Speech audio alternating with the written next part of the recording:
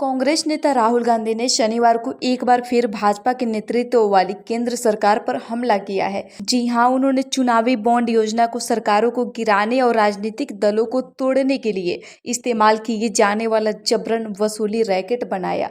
आपको बता दें कि भारत जोड़ो न्याय यात्रा के दौरान राहुल गांधी महाराष्ट्र के ठाणे में जमभाली नाका के पास लोगों को संबोधित कर रहे थे। इसी दौरान उन्होंने आरोप लगाया, चुनावी बॉन्ड योजना अंतर्राष्ट्रीय स्तर का जबरन वसूली रैकेट है। जो लोग इसका विरोध करते हैं, प्रवर्तन निदेशालय, केंद्रीय जांच ब्यूरो और आयकर विभाग उनके पीछे पड़ जाते हैं।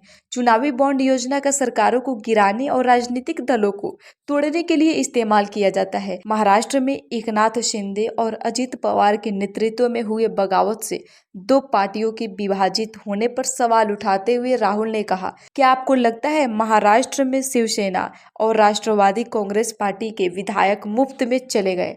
कांग्रेस नेता ने कहा कि पिछले समुदायों, दलितों, आदिवासियों, अल्पसंख्यकों और सामान्य श्रेणी के गरीबों की आबादी 80% से अधिक है, लेकिन सरकारी और निजी क्षेत्रों में शीर्ष पदों पर उनका प्रतिनिधित्व बेहद कम है।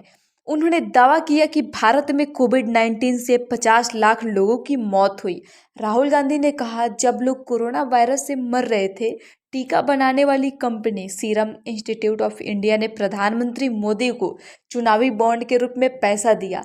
उन्होंने यह भी आरोप लगाया कि अयोध्या में राम मंदिर की भूमि पूजन समारोह में केवल फिल्मी सितारे और शीर्ष उद्योगपति मेहमान के तौर पर शामिल किए गए। वहां कोई गरीब मौजूद नहीं थे।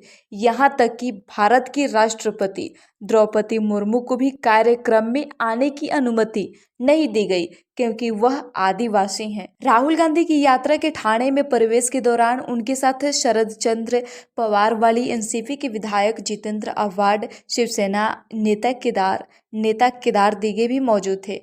जिले की भिवंडी में समाजवादी पार्टी के विधायक रईस शेख ने उनका स्वागत किया। वहीं कांग्रेस नेता ने सोशल मीडिया प्लेटफॉर्म ट्विटर पर भी हमला बोला। उन्होंने कहा कि चुनावी बॉन्ड्स के नाम पर हफ्ता वसूली सरकार ने दुनिया का सबसे बड़ा भ्रष्टाचार किया है।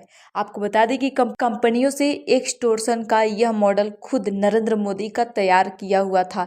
उन्होंने कहा कि इस आपराधिक खेल के नियम स्पष्ट थे। पहला एक तरफ कॉन्ट्रैक्ट दिया, दूसरी तरफ काट लिया, दूसरा एक तरफ से रेड की, दूसरी तरफ चंदा लिया। उन्होंने आगे कहा कि ईडी, आईटी, सीबीआई जैसी जांच एजेंसियां नरेंद्र मोदी की वसूली एजेंट बनकर काम कर रही हैं। जो कभी देश के संस्थान हुआ करते थे, वो अब भाजपा के हथियार के रूप में काम कर रहे हैं। भारतीय मीडिया इस स्थिति में नहीं है कि वह चुनावी बॉन्ड की सच्चाई जनता को बता सके, इसलिए आपको खुद ही भाजपा का असली चेहरा पहचानना होगा।